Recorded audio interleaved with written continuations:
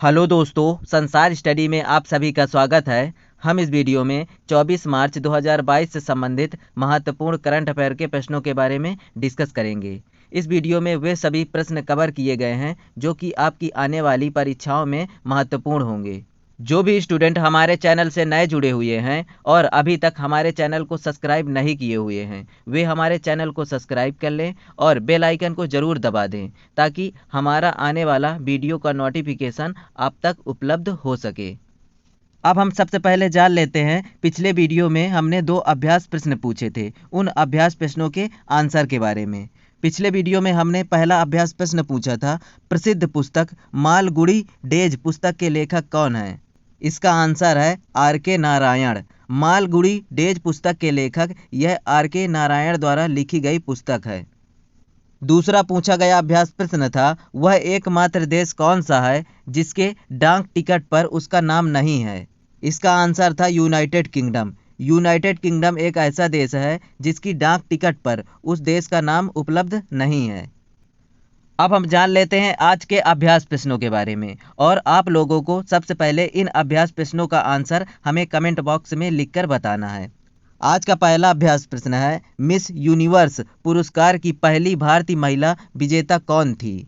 इसके ऑप्शन है रीता फारिया, ऐश्वर्या राय, लारा दत्त, सुष्मिता सेन।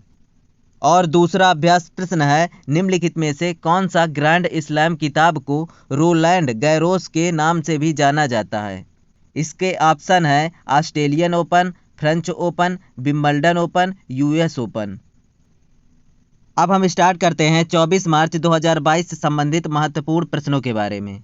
पहला प्रश्न है, विश्व जल दिवस वर्ल्ड वाटर डे किस दिन मनाया जाता है? इसका आंसर है 22 मार्च को। 22 मार्च को विश्व जल दिवस के रूप में मनाया जाता है।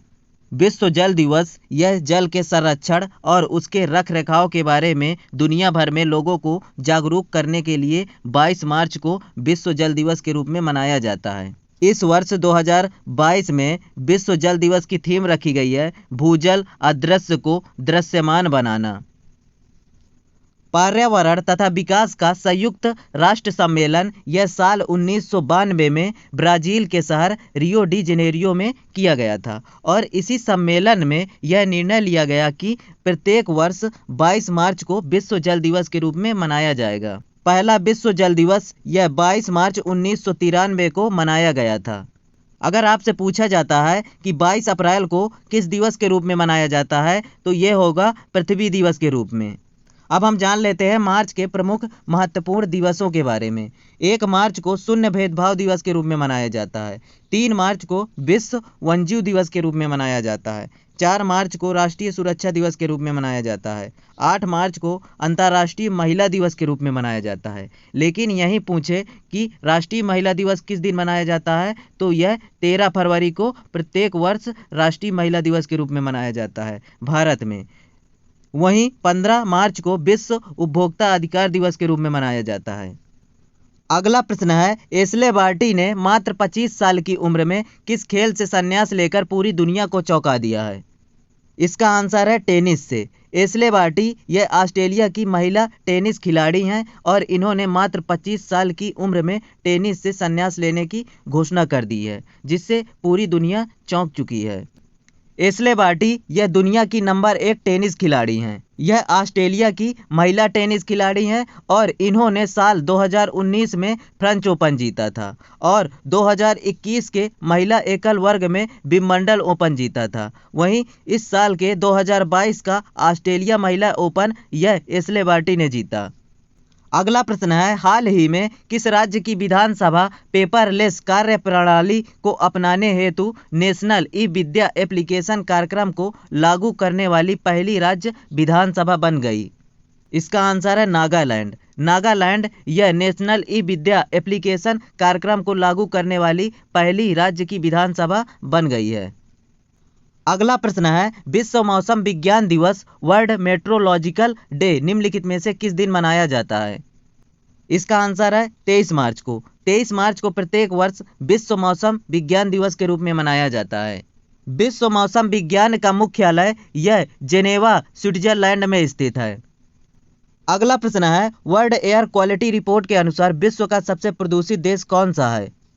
इसका आंसर है बांग्लादेश। हाल ही में आई रिपोर्ट के अनुसार बांग्लादेश यह विश्व का सबसे प्रदूषित देश बन गया है। बांग्लादेश की राजधानी यह ढाका है और बांग्लादेश की मुद्रा यह टका है। अगला प्रश्न है, विश्व वायु गुणवत्ता रिपोर्ट 2021 के अनुसार निम्नलिखित में से कौन दुनिया का सबसे प्रदूषित राजधानी वाला शहर है? इसका आंसर है दिल्ली। हाल ही में आई विश्व वायु गुणवत्ता रिपोर्ट 2021 के अनुसार दिल्ली यह राजधानी के मामले में सबसे प्रदूषित शहर है। अगला प्रश्न है, दिल्ली के मुख्यमंत्री श्री अरविंद केजरीवाल ने दिल्ली में एक नया सैनिक स्कूल बनाने की घोषणा की है। यह सैनिक स्कूल किस शहीद के नाम पर रखा जाएगा? इसका आंसर है भगत सिंह के नाम पर।